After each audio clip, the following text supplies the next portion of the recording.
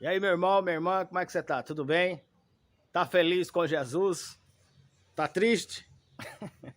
Deus me trouxe aqui para vos trazer uma palavra revelada. A palavra de Deus. Deus, ele te conhece. Ele sabe muito bem o que você está passando neste momento. Coisas que são particulares, que você não conta para ninguém. O Espírito Santo, ele quem conhece o profundo e o escondido. O consolador dos aflitos. Fala com ele agora. Você não precisa falar nada para ninguém. Você não precisa explicar nada para ninguém. Talvez você que tem andado tão cabisbaixo pelos cantos e tem coisas tão íntimas que você não quer nem se abrir. Tome cuidado com quem você anda se abrindo por aí. Porque às vezes nós contamos para as pessoas coisas que são particulares e quando nós vemos, está lá o nosso nome estampado na primeira página da fofoca. Deus, ele te respeita, ele te compreende e ele te ama. E ele nunca vai te constranger de forma alguma. Pode confiar. Você que pensa que para ter comunhão com Deus, talvez você ache que precisa ser um super crente ou um super religioso. Não, meu irmão, ninguém é perfeito. Se entrega ao Senhor, deixa Deus trabalhar na tua vida, porque a santificação, o resto é com Ele. Ele sabe o que você precisa, e a nossa justiça para Deus de nada vale. E talvez algumas coisas que eu vou te falar aqui agora, ou coisas que eu falo, para muitos parece loucura. Mas saiba que o evangelho para muitos é loucura mesmo. O homem natural não entende o trabalhar de Deus. As pessoas são acostumadas a descartar as outras. Depois de descartar, eles te rotulam. E então, após te descartar, te rotular, aí lançam uma sentença. Acham que são os juízes perfeitos, que têm o privilégio ou têm a autoridade de sair julgando todo mundo e condenando todo mundo. Mas Jesus, o juiz dos juízes e o advogado dos advogados, ele não te condena. Ele te recebe. E para chegar na presença dele, é preciso ter fé e um coração quebrantado. O trabalhar é de Deus, ele vai trabalhar na tua vida, ele vai mudar algumas coisas que precisam ser mudadas. A partir do momento que você permite que o Espírito Santo de Deus faça as mudanças necessárias em sua vida para que você seja santificado a cada dia mais e seja transformado para a glória de Deus. Então, meu irmão, para estar na presença de Deus, não é preciso ser um super, mega religioso ou um super santo. Nós somos seres humanos. E para ser perfeito tem que ser anjo, querubim, e nós não somos. O ser humano, ele é imperfeito mesmo. E o teu Deus, o nosso Deus, ele conhece as nossas limitações, conhece as nossas imperfeições, e ele nos recebe, ele não nos rejeita. O homem tem esse costume de rotular pessoas, descartar pessoas, julgar e lançar sentença. Mas eu vejo Deus, neste momento, revogando sentenças, decretos de morte, de separação, de destruição. E você não precisa aceitar decretos de maldição, não. Porque quando um decreto e uma maldição contra a sua vida é lançada através de maldições proferidas e você acata, recebe, e você então aceita, aquilo acontece.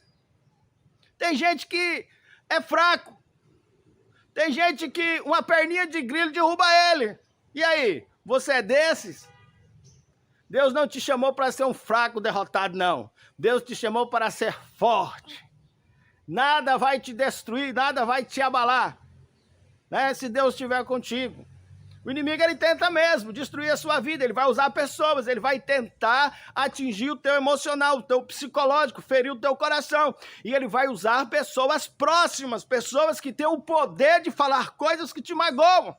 Porque gente que você não considera, gente que você não conhece direito, pode falar o que quiser que não te atinge. Mas quando é alguém que tem o poder de atingir o seu psicológico, então você se fere. Tem coisas que nós não contamos para ninguém, mas o Espírito Santo, o Consolador dos aflitos, conhece o profundo e o escondido e tem resposta para a tua vida nesta hora. Ele é fiel, sabe quem você é, conhece as suas limitações, conhece as suas fraquezas e ele não te rejeita. O Senhor Jesus está de braços abertos para receber a tua vida. Chega na presença dele agora. Deixa Deus trabalhar, mas você tem que aceitar, você precisa perdoar o seu semelhante, você precisa se perdoar, aceitar o mover de Deus, aceitar o trabalhar de Deus, e ele vai fazer, e ele quer fazer. Ó, tá aqui, ó, na mente. As maiores batalhas que nós enfrentamos estão dentro da nossa mente. São batalhas emocionais, psicológicas, batalhas mental.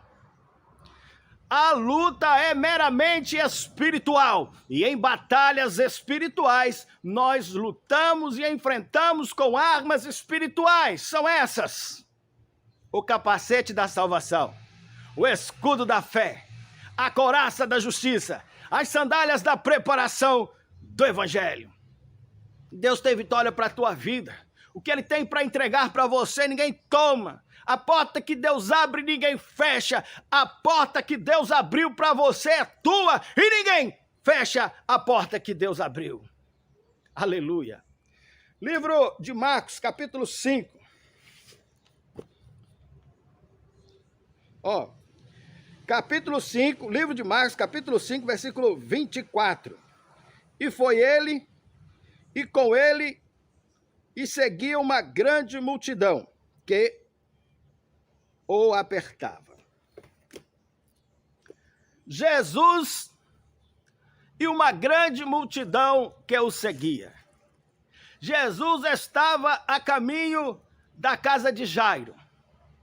A filha de Jairo estava moribunda, isto é, à beira da morte. E a situação era gravíssima.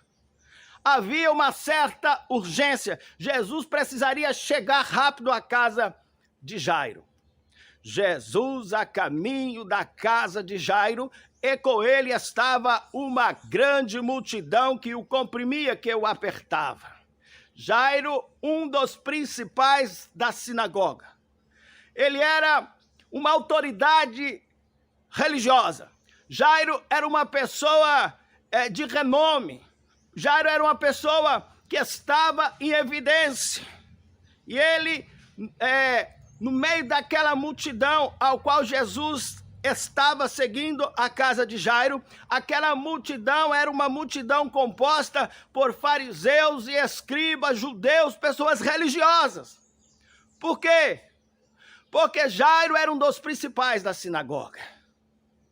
E ali, aquela multidão era uma multidão diferente. Observe que os fariseus tinham o costume de rivalizar Jesus. Muitas vezes eles confrontavam Jesus, mas Jairo, quando viu que a sua filha estava à beira da morte, ele se humilhou. O ser humano sabe muito bem quando o sapato aperta, quando ele está precisando. E em situações envolvendo vida ou morte, a pessoa não olha para o seu status, não olha para a sua condição social, ele simplesmente se humilha. E Jairo se prostrou aos pés de Jesus naquele momento. E aquela multidão era uma multidão composta de religiosos. Onde Jesus passava, as multidões o seguiam. Onde Jesus passava, o cego via, o surdo ouvia, o leproso era limpo, pessoas eram curadas, pessoas eram libertas. Então haviam brados de júbilo, havia glória a Deus, havia um barulho diferente, era a multidão do milagre. Mas ali estava a multidão dos fariseus. E Mas naquele momento, observe que milagres também estavam acontecendo, porque todos estavam quebrantados. Jairo se humilhou, apesar de ser fariseu, apesar de ser religioso, apesar de ser judeu e apesar de ser um dos principais, uma liderança entre os judeus, um dos principais da sinagoga. Não importa qual a sua característica financeira, a sua posição social ou o cargo que você ocupa, para que milagres aconteçam, você precisa se humilhar.